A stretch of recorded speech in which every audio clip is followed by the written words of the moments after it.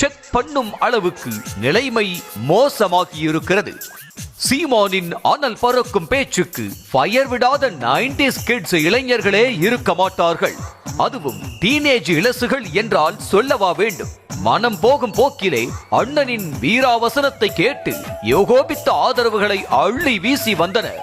இதனால் நாத்தக்கவின் வாக்கு சதவீதமும் தேர்தலுக்கு தேர்தல் பூஸ்ட் ஆகிக் கொண்டே சென்றது. இதையெல்லாம் கண்டு இன்ஸ்பயர் ஆன அண்ணன் சீமான் அவரது வசீகர பேச்சை மெருகேற்ற அவ்வப்போது சில பொய்களையும் கலந்து விட்டு உரையாற்றுவதும் உண்டு. முன்புதான் சமூக வலைத்தளங்களின் ஆதிக்கம் அவ்வளவாக இல்லை. அப்போது அளந்து விட்டாலும் ஆராய்வதற்கும் ஆள் இல்லை. ஆனால் இப்போது அண்ணனின் பூதாகரமான பொய்களை கூட புஷ் என்று மாற்றும் அளவிற்கு செயற்கை நுண்ணறிவு தொழில்நுட்பம் வளர்ந்து விட்டதல்லவா?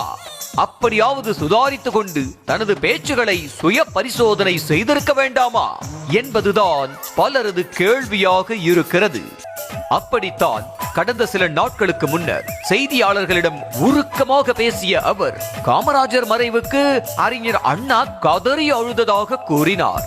இதை முதலில் பலரும் நம்பிவிட்ட நிலையில் பிறகுதான் வரலாற்று பக்கங்களை திருப்பி பார்த்தபோது தெரிய வந்தது அண்ணன் கூறியது அப்பட்டமான பொய் என்று.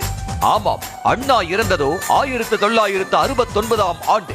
ஆனால் அதற்கு 6 ஆண்டுகள் கழித்தே காமராஜர் மரணத்தை தழுவினார். அப்படி இருக்கும்போது இறந்து போன அண்ணா எப்படி நேரில் வந்து காமராஜருக்கு காதறி அழுதிருக்க முடியும் என கிண்டல் செய்தனர்.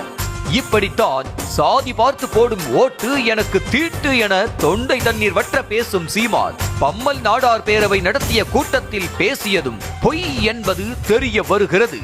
காமராஜர் கட்டிய பள்ளியில் தான் அப்துல் கலாம் கல்வி பயின்றதாக சீமான் உரத்த குரலில் பேசி அங்கிருந்த நாடார் சமூக பிரதிநிதிகளை நரம்பு புடைக்க வைத்தார்.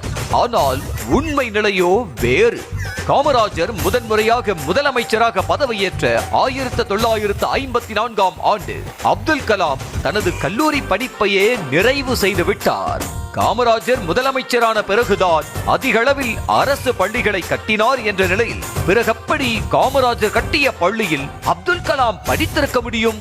இன்னும் சொல்ல போனால் அப்துல் கலாம் பள்ளி கல்வியை பயின்றது கிறிஸ்தவ மிஷனரி பள்ளியில்தான் என்ற உண்மையும் தெரிய வருகிறது. ஒரு தலைவன் அந்த 6000 பள்ளிக்கூடங்களையும் திறந்து 14000 பள்ளிக்கூடங்களிலிருந்து படிக்க வச்சார். அவர் திறந்த பள்ளிக்கூடத்தில் படிச்ச பேரன்தான் இந்த சீமான், இந்த அப்துல் கலாம், இந்த அப்துல் கலாம், அப்துல் கலாம், அப்துல் கலாம். இன்னைக்கு உலகத்தில் இருக்கிற பெரிய பெரிய தமிழ் அறிஞர்கள் பூரா. இது தவிர சிவகங்கை என்ற மாவட்டம் உருவாகும் முன்பே பிறந்த சீமான் சிவகங்கை மாவட்டத்துக்காக 5 வயதில் போராடி இருப்பதாக கூறுவதை எப்படி நம்ப முடியும்? மறுபிறவி ஒன்று உண்டென்றால் நான் தமிழனாக பிறக்க வேண்டும் என விருப்பம் தெரிவித்தவர் நேதாஜி சுபாஷ் சந்திர போஸ். ஆனால் காந்திதான் அப்படி கூறியதாக கூறி தன்னை நம்பி கட்சிக்கு வந்த பலரையும் நம்ப வைத்திருக்கிறார் சீமான்.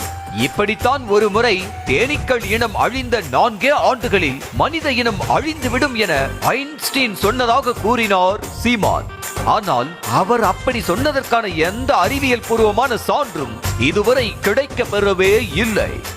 வண்ணத்து பூச்சி தேனீக்கெல்லாம் செத்து போன தேனீக்கள் செத்து போனால் மானுட இனம் 4 ஆண்டுகளில் அழிந்து விடும் அறிஞர் பெருமகன் ஐன்ஸ்டீன் சொல்றான். அணுவை கண்டுபிடித்தது நோபல் என்ற சீமானின் கூற்றை கேட்டு அப்போ டால்டன் எதை கண்டுபிடித்தார் என அறிவியலாளர்கள் அதிர்ச்சியில் உறைந்து போய் உள்ளனர். இப்படித்தான் ஒரு முறை கடந்த ஆண்டு குழந்தையை தூக்கி கொண்டு போருக்கு சென்றவர் வேலு நாச்சியார் என அதிர வைத்த அதிபர் சீமானுக்கு அது வேலு நாச்சியார் அல்ல ஜான்சிராணி என சொந்த கட்சி தம்பிகளே பாடம் எடுக்க வேண்டிய பரிதாப நிலைக்கு தள்ளப்பட்டார். அண்ணாவுக்கு தற்காலிக சபாநாயகரான மூக்கையா தேவர்தான் பதவி பிரமாணம் செய்து வைத்தார் என்று சீமான் கூறிய நிலையில் ஒட்டுமொத்த இந்திய அரசியல் வரலாற்றில் முதலமைச்சருக்கு சபாநாயகர் பதவி பிரமாணம் செய்து வைத்ததாக நிகழ்வே இல்லை. திருக்குறளில் மாடல்ல மற்றையவை என்ற வரியில் மாடு என்பது கால்நடையை தான் குறிக்கிறது என சீமான் கூறியதை கேட்டு தமிழறிஞர்கள் ஷாக்கான கதையெல்லாம் வேறு இருக்கிறது. கேடில் விழிச்செல்வம் கல்வி ஒருவருக்கு மாடல்ல மற்ற எவை என்று நமது வள்ளுவ பெருமகனார் தந்தருளிய மறைமொழியில் கல்விதான் மானுடனுக்கு செல்வம், ஆனால் மாடும் நம் செல்வங்கள் என்பதை வலியுறுத்தி பாடுகிறார். உணர்ச்சி பெருக்கில் நரம்பு புடைக்கும் அளவுக்கு பேசிவிட்டாலோ, உடைந்த குரலில் உருக்கமாக பேசிவிட்டாலோ நம்பி விடுவார்கள் என்ற அசாத்திய நம்பிக்கையை கைவிட்டுவிட்டு முதலில் தாம் பேசப்போகும் உரையை முழுவதுமாக சுய பரிசோதனை செய்துவிட்டும் அதன் உண்மை தன்மையை ஆராய்ந்துவிட்டும் பேசுவதுதான் சீமானின் அரசியல் எதிர்காலத்துக்கு நல்லது என்கின்றனர் அண்ணனின் கட்சி சாரா